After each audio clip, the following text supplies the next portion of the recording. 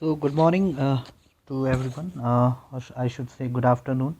I'm doing this recording on 25th May at around 12:30, and the information here is nothing to get updated about as it was for the last lecture. But here I'm just going to talk about something which is more basic, okay, and some of the information which might be new for some of us. So today what I'm going to talk about is something like why follow the instruction from a scientific point of view.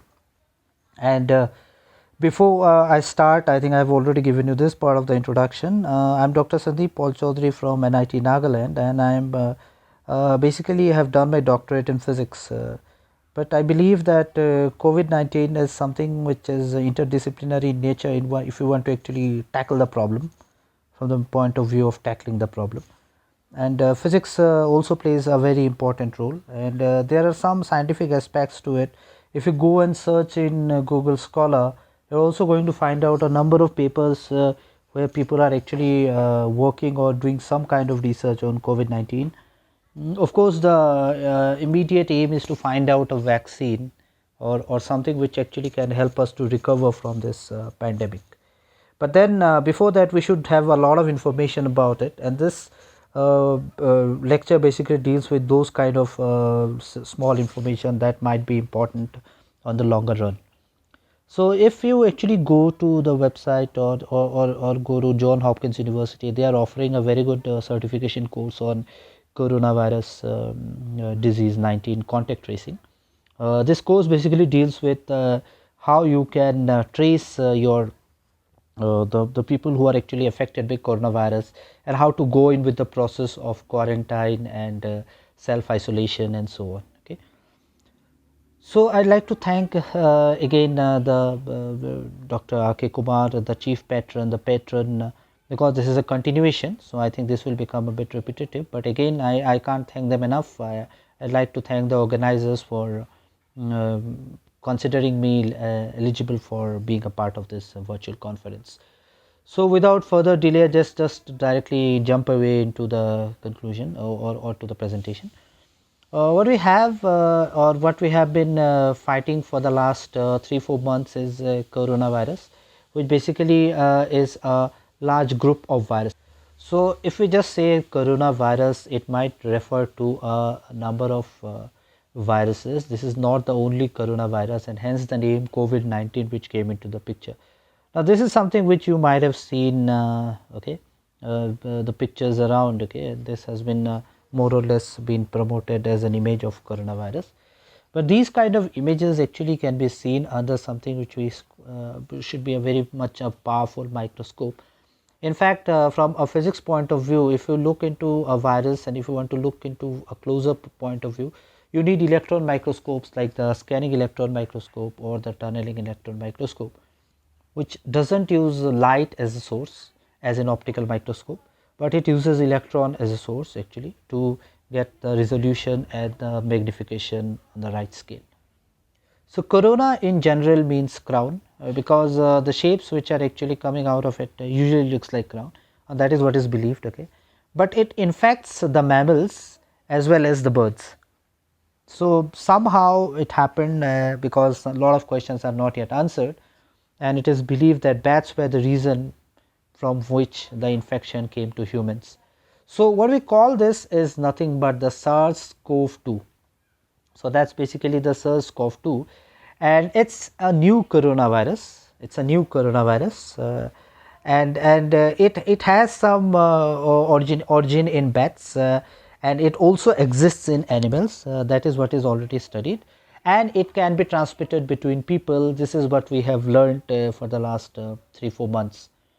But some of the important points to look into is SARS is there, and this has been active for almost the last 18 years in the global scenario.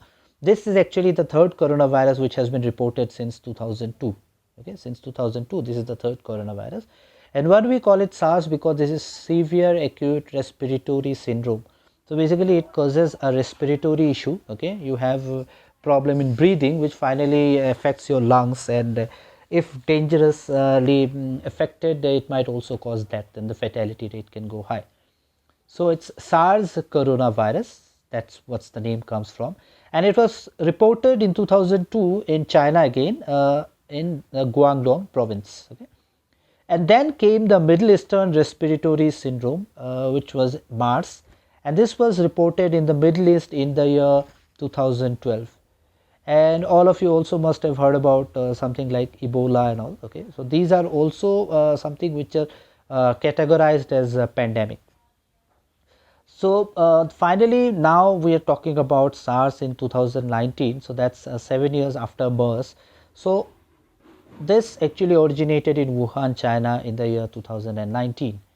But a point to note here is that all three of them, whether it be SARS, MERS or the SARS-CoV-2, okay, all of them are usually the same coronavirus. Okay, but the structures are different, the understanding of the mechanism, how they work might be different, the medicines would be different. So although we might categorize them with the SARS corona or the general name as coronavirus, okay, the way they behave might be different, the symptoms that show are different.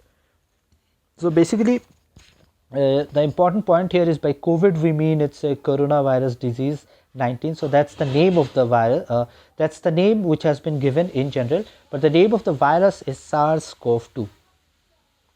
So when we look into the symptoms, I think we have heard this a number of times, because more or less we are getting strict instruction from the government. You might be in any country, but definitely for our well-being a lot of instruction has been given, and we need to look into the following symptoms very carefully. Now, in case you have fever, it doesn't mean that you are coronavirus positive, okay, but then you have to be more careful. But with fever, if you have cough and you are also have myalgia, means you are having some kind of muscle pain, these are some non-specific symptoms. So they might or might not result because of coronavirus, okay, but because they are non-specific, it means that they are also common in some other respiratory diseases. But then what is some specific symbol? Now loss of breath is something very much specific, okay, and you should be more careful about that, okay. But another specific symbol or symptom of coronavirus might be the ability to taste or smell. There is a loss all of a sudden to taste or smell. Of course that happens sometimes in fever and cough as well, but along with that, if there is some recent loss in ability to taste and smell, then you need to be extra careful. So both symptoms that has been actually listed are blue lips or face. That is because something which happens because of lack of oxygen, shortness of breath, okay, and then chest pain when breathing, because your lungs is actually fighting the coronavirus. So that is the one which is actually taking most risks, okay. And then waking up during sleep with shortness of breath. So you have breathing issues and you wake up all of a sudden in the middle of the night, okay, and that means there is something to be concerned about. And then there might be new confusion or difficulty waking up, okay. So these are some of the symptoms that we need to look into. And if you look into this diagram from Radiopedia, this is something which is healthy, okay. So this is something which your lungs should look like, and if you are corona positive, this will be something which will be the image of your lungs. So this basically shows more of the darker field. This shows a dark field, okay, basically shows a dark field, and this is basically showing a bright field here. So if you look into the radiology of your lungs, okay, this is something which is observed. So this is something which is from a very layman's point of view, if I just want to know the basics, okay. So some of the terminologies which we have come across from time and time again is something which is called the infectious period. Now what do you mean by infectious period? Now it is the time during which someone who is affected with COVID-19 can transmit the virus to other people, okay. So this is basically called the infectious period. And even if you might show a symptom on, let's say, May 24th, okay, your infectious period has started 2 days back. So your infectious period will be from 22nd May. So that is something which is to be concerned about, that infectious period begins 2 days before the start of the signs or symptoms of the disease, okay. So 2 days before that. So if someone is calling you up to talk about your health in case you are coronavirus positive, and that you are actually finding it difficult or showing signs on May 24th, and suppose your report came on May 25th, you will be considered coronavirus positive from May 22nd, and from that time onwards your contacts and traces will be actually uh, found out in order to isolate them as well. So what do you mean by end of infectious period? So it is basically at least 10 days after the onset of illness. Now, as per a recent report in Singapore, it has been seen that the coronavirus is not infectious after 11 days, okay, after 11 days. But as per WHO, if you look into this, and also as per Johns Hopkins University, it's 10 days after the onset. So that means your disease has started or the symptoms has been shown on 24th. So maybe on 4th of April there will be in the end of infectious period, and that infectious period was 2 days more, so it was approximately 12 days, okay. And the infectious period ends also depends that your symptoms are improving. It's not only after 10 days, there are additional conditions to it, that your symptoms should improve and there should be no fever within the past 3 days. Now this is a very strict information which is given, and this is something which is strictly followed by all the authorities, okay. The next term I'd like to talk about is something which we call as the incubation period. So you might be exposed to a virus, okay, and then it will take some time so that you show your first symptom. So after the exposure till the time you show the symptom is basically called the incubation period. So the virus within your body will actually gel itself to the cells and basically start to show the symptoms of infection. So incubation period is the time elapsed between exposure to a pathogenic organism, a chemical or radiation, and when the symptoms and signs are first apparent, okay.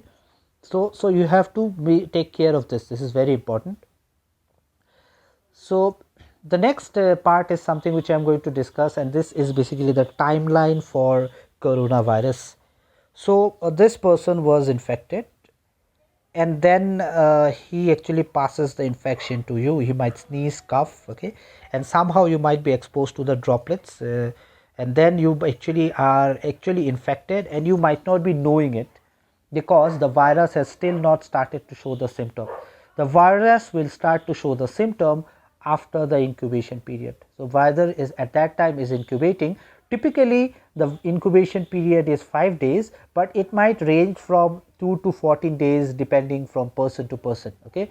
So let's say on the 12th day you or on the 14th day you are actually feeling sick, okay. So that day you are actually thinking of going for the test, okay, and that is the most dangerous time. That is the infectious period that we say, okay. So a person infected by coronavirus is most infectious on the first day of symptom. Please remember this, of the first day of symptom. This is not something which I am saying. This has been said by the Johns Hopkins University, okay, and Johns Hopkins University has been in the forefront in fighting the coronavirus, whether in terms of helping WHO with the data, whether in finding out the vaccine or working out for the vaccine, whether in informing people or educating people. Johns Hopkins University has been right out there, okay.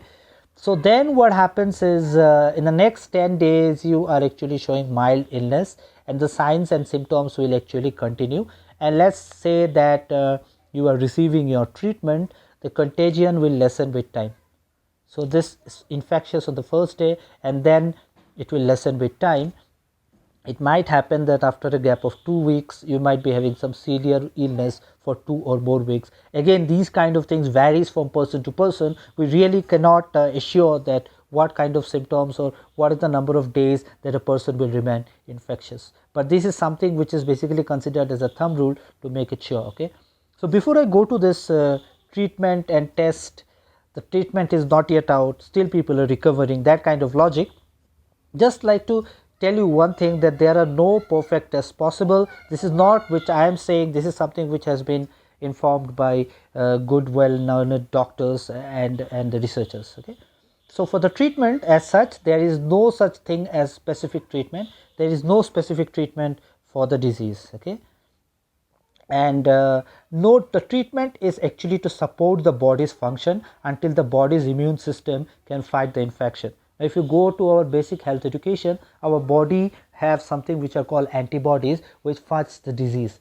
So if you consider something as infectious as measles, smallpox, or even a normal fever, a viral fever, that will also need some antibodies within the body to fight it out, and else it might be fatal. So basically treatment is needed to support the body's function until the body immune system can fight the infection. So that is what is the treatment is all about. It's not treating coronavirus or taking the coronavirus out of your system. Now ventilators are usually used for severe cases. So let me just give you a brief on this. Ventilators are the setup which actually supplies oxygen to your lungs in case you are having some kind of breathing difficulty, but it actually costs a lot. Okay, it's basically it's a big financial burden. And at the same time the facilities or the number of ventilators that we have in different countries are not that much, okay, because that many cases are not obviously expected. Now what are the tests that are possible? What are the tests actually are done? So the first is the diagnostic test. This diagnostic test is actually used to identify the virus in the body. So the test which is the most common is called the PCR test, okay, and please remember no test is perfect, but then we are actually considering these tests to actually check the virus if it is present in the body or not.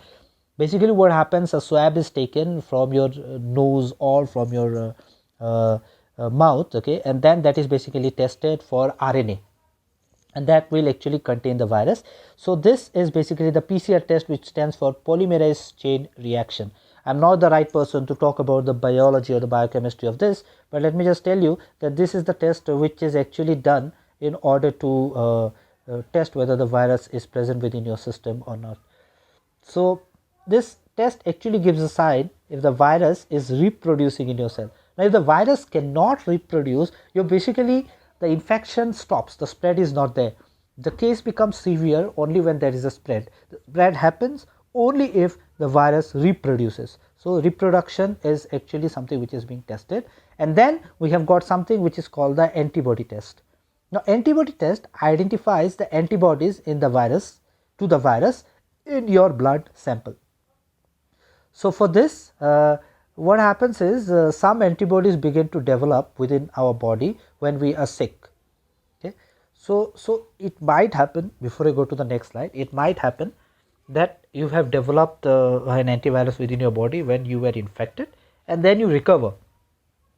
But then if a test is done for the antibody test after you recover, okay, the antibodies which are being developed as a response by your body to the virus can again be traced in your blood even after you recover. Okay, so that means that can also say whether you are infected or not. So that is also a kind of analysis that is being done.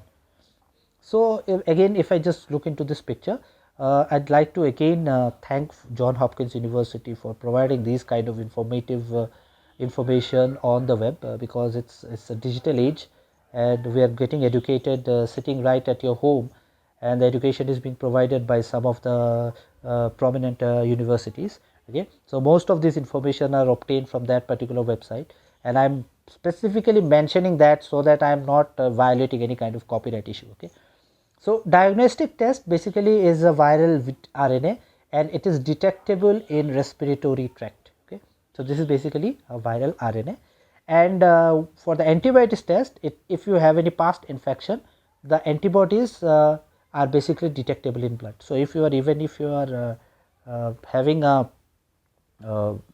virus in your body, you have recovered, but still it can be detected and traced back. Okay, so that is important. So this is basically taking a swab, and this is basically from your blood. So you have to just consider that. Okay, so what kind of test is done? Initially it's always the PCR test. So spread. So I think we have heard enough instructions, 6 feet away and all, but let me just tell you something which is more scientific. These droplets which are there, now if someone sneezes and the droplets actually are coming out, it will basically travel during sneezes, coughs, talking, even if you sing, that is also possible, and it can travel up to 6 feet, and that's the reason that the distance between two persons should be 6 feet, and that's the concept of social distancing. So even if someone has a disease, it basically can be avoided if you are at a further distance from him, and it basically lands in the eye, nose or mouth of people. So that is where it's most infectious. Basically it will go into your system via these parts. Okay, and it can land on the surfaces. So it has been always instructed that you should usually avoid touching something which is placed in public. So it will land on the surface, it is existent on the surface for a sufficient number of time, and if you are touching that, and after that if you are touching your face, you are basically allowing the disease to come within your system. Okay, that is what is not expected.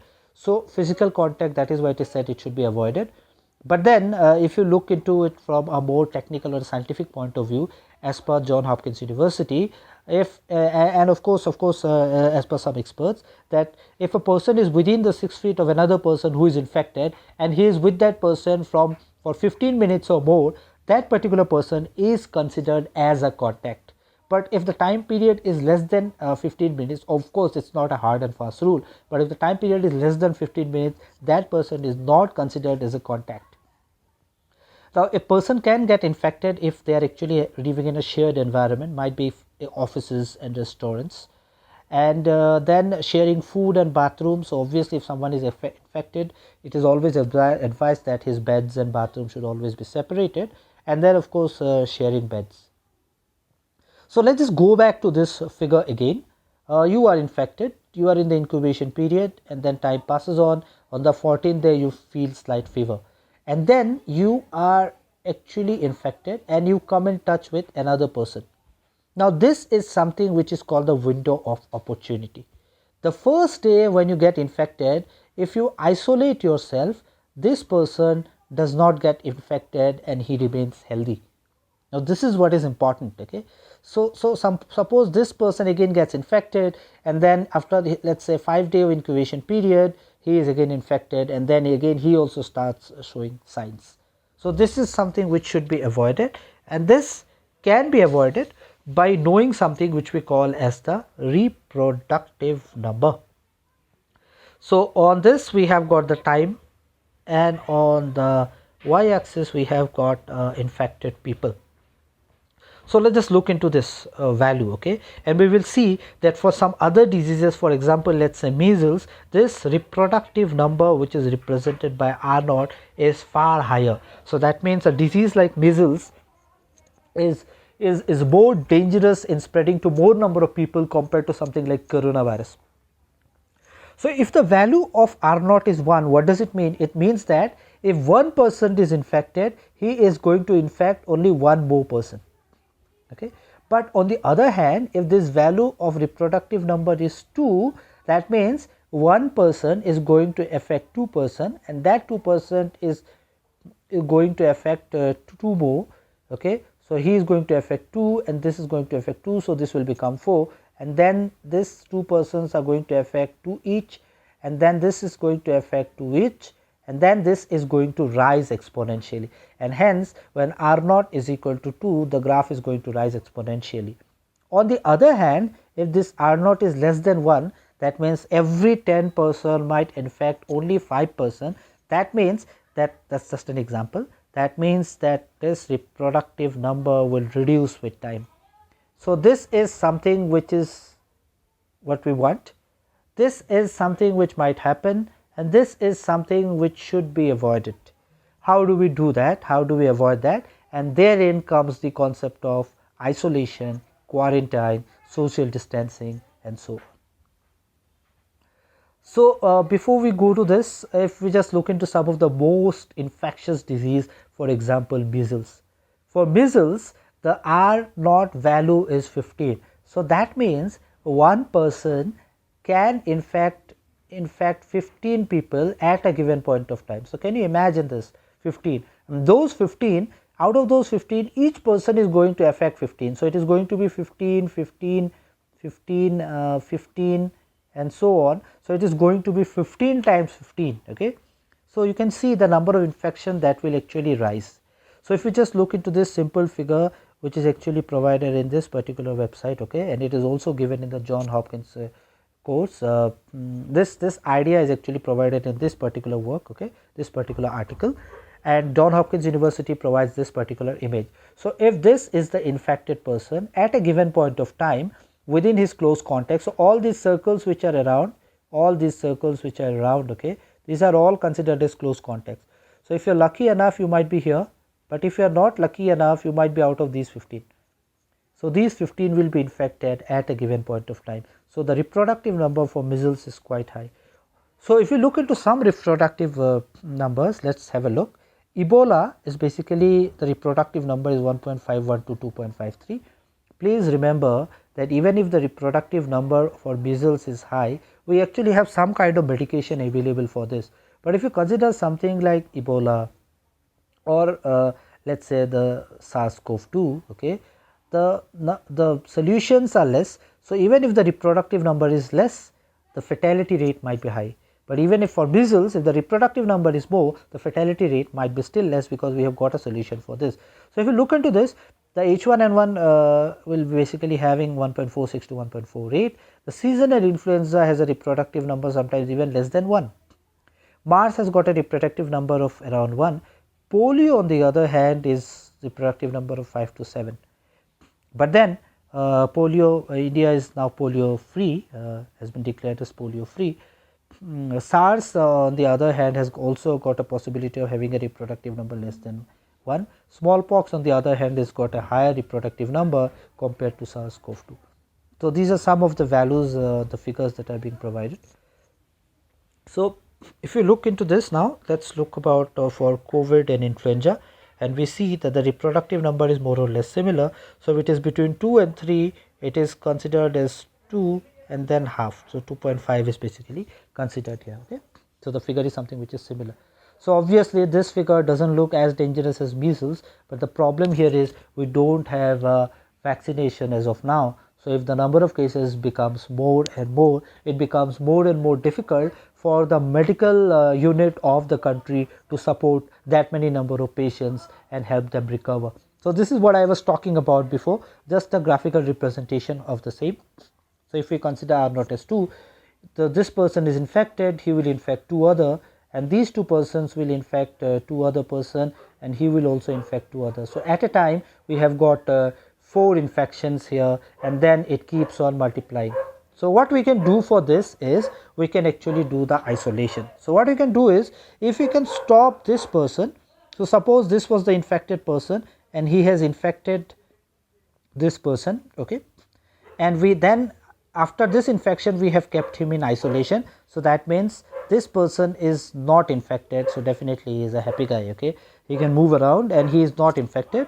And then again I can stop this person, so again one more isolation has been done, and so we are actually having only 4 persons who were actually infected, okay, instead. And if we did not stop, considering the reproductive number, the number of cases would have been 1, 2, 3, 4, 5, 6, 7, 8, 9, 10, 11, 12, 13, 14, 15.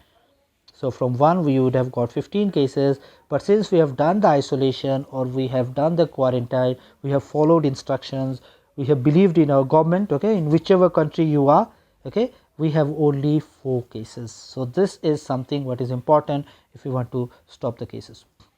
So before I end, I'd like to tell you this, that the logics whichever is being applied are all scientific in nature, okay, and I think many of us already know it, but let's just to try to understand the science behind it, which is the entire aim of this. Then that's why it is quarantine, isolation, okay. So if what is the difference usually between quarantine and isolation?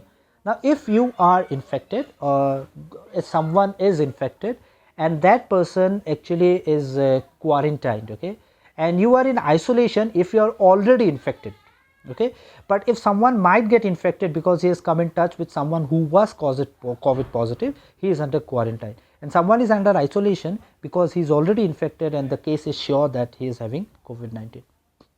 Then social distancing, we have seen a lot of logic there, and then masks, wear masks because if you are infected, this helps to partially stop your droplets when you basically sneeze, sing, talk or whatever, okay, to move around to a distance of 6 feet. Even if someone comes closer, he might still be safe. You might wear a mask to actually safeguard yourself from person who is positive, because his droplet might not enter your system if you cover your face with a mask.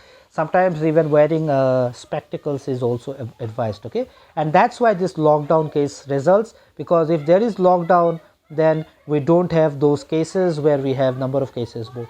So the final advice would be to stay safe, stay indoor, avoid travel, follow instruction, but most of all stay positive, because one day we are going to recover, because as you have seen in the picture from China that the graph is actually flattening out, and someday we have started from here, we are going to come down and reach at this point. So tomorrow is definitely going to see the light. That's all for today. Thank you.